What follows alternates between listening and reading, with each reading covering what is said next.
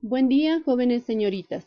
A través de estas diapositivas explicaré la primera parte del tema número 2, tópicos centrales de la lógica. A lo largo de nuestros días, nosotros escuchamos o utilizamos expresiones como esto no es lógico, o no tiene lógica lo que tú dices, o no es correcto tu forma de pensar, como sinónimo de expresiones para tratar de entender que algunos argumentos son falsos o son verdaderos, son erróneos o son verdaderos, ¿verdad?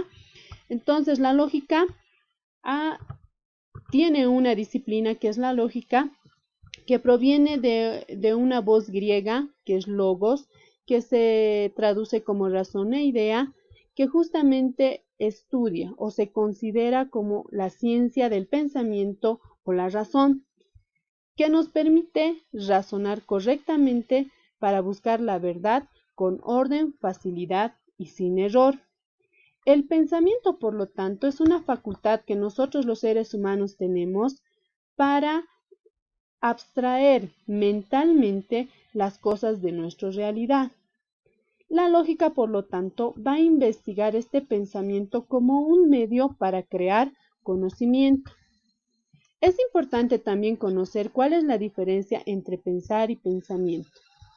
El pensar se estudia en la asignatura de psicología. Se ha estudiado como un proceso psíquico, como un proceso cognitivo que se produce en nuestro cerebro a través de las diferentes conexiones neuronales. El pensamiento va a ser el producto de este hecho psíquico que se expresa a través de diferentes medios. Por lo tanto, el pensamiento o el pensar tiene diferentes factores: el sujeto pensante, el objeto, el acto de pensar y la expresión del pensamiento. En este ejemplo, el sujeto pensante es este niño que está pensando en un objeto, la guitarra. El acto de pensar son estas conexiones neuronales y que se expresa a través de quiero aprender a tocar guitarra, ¿no?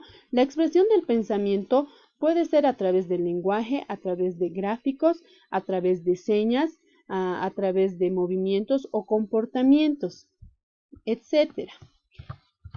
El pensamiento también tiene un contenido y una forma. El contenido va a ser todo aquello en que pensamos y la forma, la distinta forma de presentar el pensamiento. Aquí está un ejemplo. Si pensamos en un triángulo, este triángulo pertenece a un conjunto que son las figuras geométricas. Por lo tanto, eso se convierte en el contenido del pensamiento. Y este triángulo se puede presentar en distintas formas: en un triángulo equilátero, en un triángulo isósceles, en un triángulo escaleno, en un triángulo rectángulo, en un triángulo acutángulo o en un triángulo obtusángulo. Por lo tanto, eso se convierte en las formas del pensamiento. También existen tipos de pensamiento. Aquí solamente estoy tocando solo unos cuantos. El pensamiento deductivo es aquel pensamiento que se va a desprender de una conclusión general y van a salir diferentes conclusiones particulares o premisas.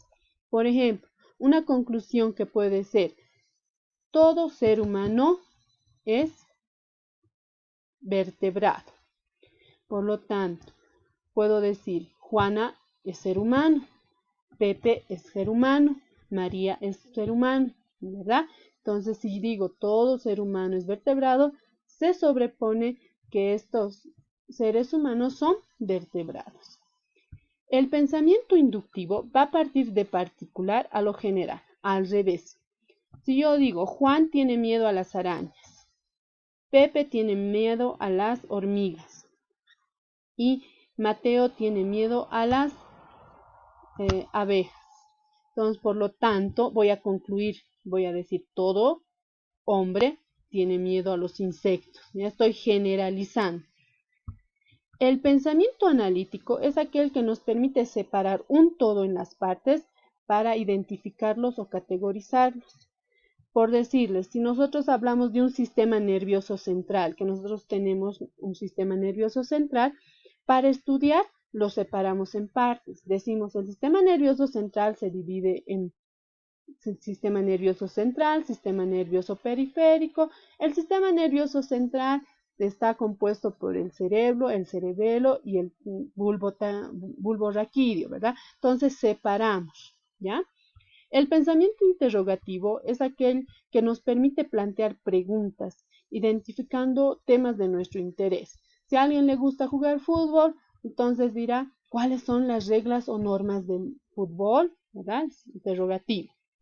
Pensamiento crítico es un pensamiento que nos permite cuestionar algunas cosas de nuestra vida con el fin de analizar y evaluar, ¿no? Por ejemplo, ay, ¿por qué me he comportado así? Debería haber hecho de esta manera, o sea, no debería ser. Hago una autocrítica, ¿verdad? El pensamiento sistémico es un pensamiento que va en orden, ¿ya? Y que este orden tiene jerarquía, o sea, tiene un orden, primero, segundo, tercero, y que estas diferentes también se relacionan entre sí. Por decirles, en una familia es un sistema, porque tiene el papá, la mamá, tienen sus hijos, ¿verdad? Y estos sus hijos también pueden tener otras familias, por lo tanto, ellos se relacionan entre sí. El pensamiento de síntesis es aquel que nos permite unir las partes en un todo, ¿ya?